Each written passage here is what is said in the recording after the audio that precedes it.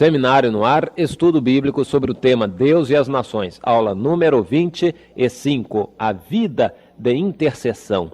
Hoje nós queremos enfatizar a atitude e os atos, sim, não somente a atitude, mas também os atos daquele que está colocado por Deus aqui na terra para ser sal desta terra e luz do mundo, ou seja, o cristão, aquele que foi chamado por Deus, separado por Deus como um sacerdote a fim de interceder pela nação. Neste caso, ele tem compromissos diante de Deus, ele tem responsabilidades perante o Senhor. Salmo 88, versículos 1 e 2, vejamos lá. Ó Senhor, diz o salmista, Deus da minha salvação, dia e noite clamo a Ti. Chegue à Tua presença a minha oração, inclina os Teus ouvidos ao meu clamor. Veja que palavra maravilhosa. Dia e noite clamo a Ti. Chegue à Tua presença a minha oração, o meu clamor. Aqui está o resultado em termos de atos, em termos de obras na vida daquele que é chamado por Deus. Sim, ele pratica aquilo que ele sabe ser a verdade. O nosso tema básico aqui é Deus e as nações, o relacionamento de Deus e do povo de Deus para com a nação e em maneira muito especial com os governantes desta nação. E também com o governo. O nosso relacionamento para com o governo organizado deve ser um nada de contato com eles. A igreja não tem nada a ver com o governo. A igreja tem a ver com os governantes. A autoridade vem de Deus. Deus julgará a autoridade. Mas a igreja não tem nada a ver de ter diálogo, não tem nada a ver de ter compromissos. Sim, a igreja como organizada, não. Nós individualmente, sim, temos compromisso com o governo, porque somos cidadãos de uma nação, de um reino cujo governo está na delegação de autoridade de Deus. Mas a igreja não está sujeita a este mundo. A sede da igreja está lá no reino dos céus. A sede da igreja não está aqui na terra. Não existe na Bíblia nada que se pareça com um governo central, um governo terreno da igreja. O governo da igreja tem sua sede lá no céu. E aqui na terra nós temos um governo local em termos de grupos de presbíteros, pastores, mas isto não tem nada a ver com o governo da nação.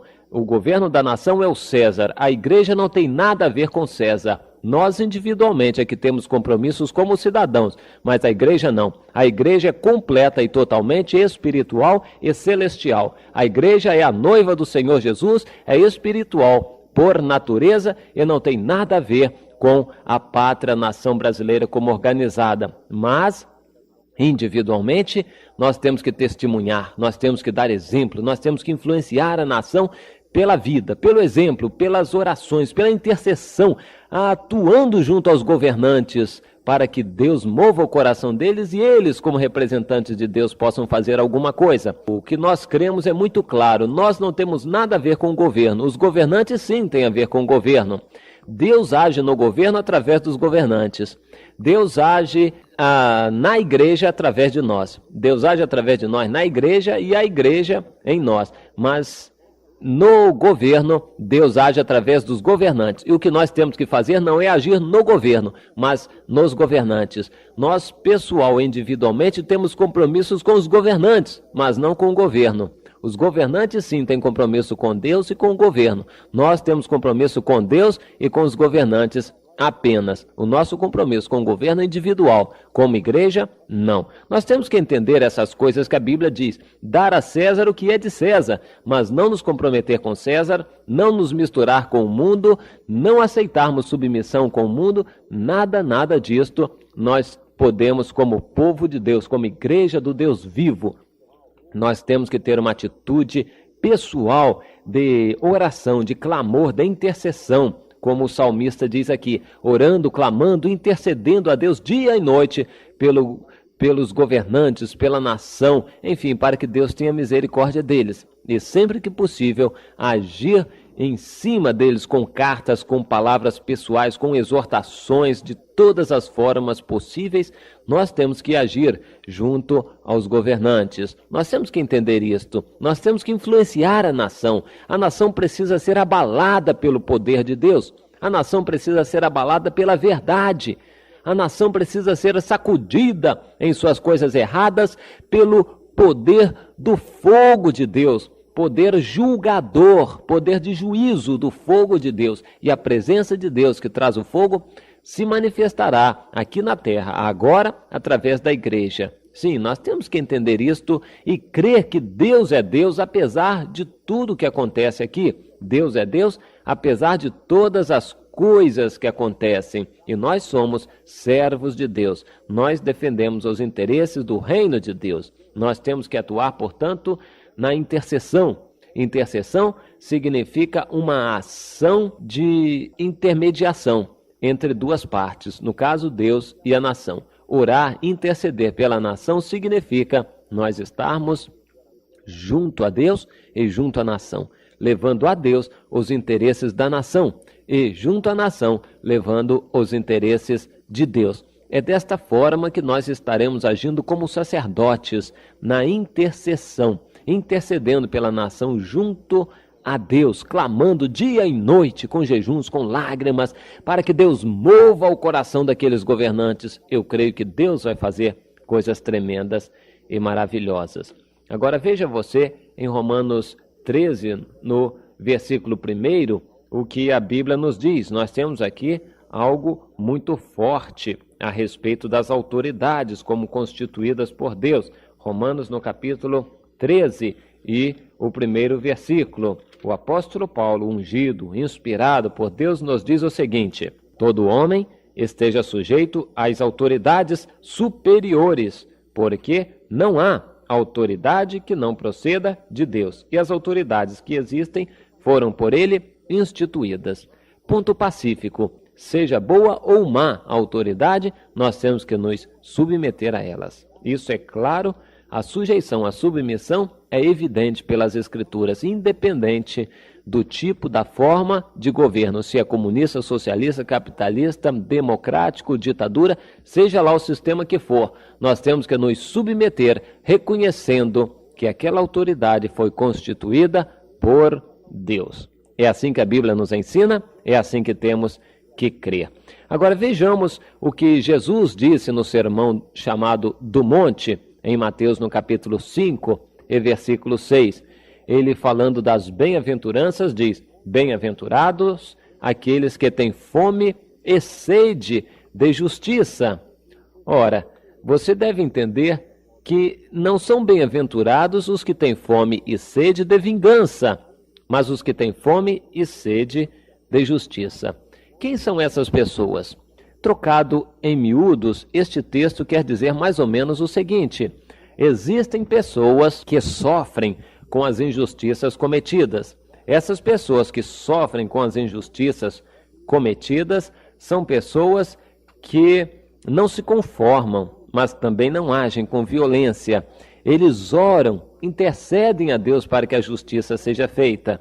Eles não se conformam com a corrupção, com a desonestidade, mas também não agem violentamente em rebeldia. Eles oram, intercedem a Deus para que haja justiça, para que a justiça seja feita. É assim que Deus quer que nós estejamos agindo, uma atitude intercessória, não violenta, não como revolta, não como terroristas, mas agindo na intercessão, não nos conformando. Você consegue entender esta atitude? Não se conformar, mas também não se rebelar, não agir violentamente. Continuar submisso, porém não concordar com as coisas erradas que se fazem. E exortar aqueles que fazem coisas erradas para que se voltem, se arrependam, voltando-se para o Senhor. Sim, é assim que nós devemos agir, é assim que a palavra de Deus nos diz que devemos agir. Você deve compreender como servo de Deus, súdito do reino de Deus, esta grande verdade, a submissão aliada a uma não conformação. Você não deve se conformar com o mundo.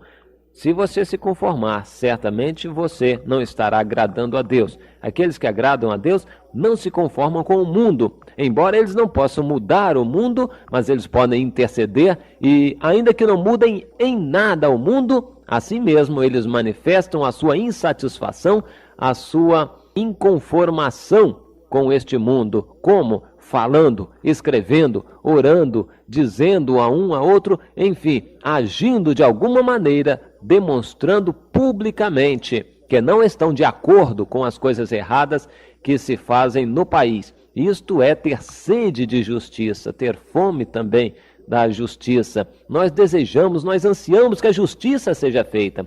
Ficamos tristes com a injustiça que se comete e desejamos, ansiamos pela justiça se manifestar aqui. Nós não somos os primeiros nessas circunstâncias, nós não somos os primeiros a passar por essa situação difícil. Nós temos exemplos na Bíblia, nos servos de Deus do passado. Por exemplo, Abraão viveu numa cidade completamente injusta. Ele viveu num ambiente não somente de injustiça, mas de idolatria, de paganismo. Eles não conheciam a Deus. No entanto, ele não se conformava com aquelas coisas e manteve a sua fome e a sua sede de justiça. Nós encontramos também Ló, nós encontramos Moisés, nós encontramos, enfim, muitos outros casos. Moisés não se conformava com as coisas erradas que o povo fazia, mas ele também não tomava providências precipitadas para destruir o povo. Samuel era outro, não se conformava com a injustiça que se praticava naquela nação de Israel em seus dias, mas ele também não agia por si, esperava que Deus agisse. Davi não se conformava com muita coisa que acontecia. Ele guardava dentro dele um desejo, uma sede de que a justiça, o julgamento de Deus se manifestassem, mas ele mesmo, Davi não agia precipitadamente, não agia de forma violenta e carnal para que a justiça fosse feita. Ele esperava que Deus fizesse a justiça e no que dependesse dele, ele agia. Nós encontramos Neemias, encontramos muitos outros na Bíblia, que não podendo agir, eles intercediam junto a Deus para que Deus agisse. Eu pergunto, se Deus age, o que nós podemos fazer melhor do que Deus? Em outras palavras, o que nós podemos fazer melhor do que orar, colocar tudo diante de Deus e esperar que Deus haja?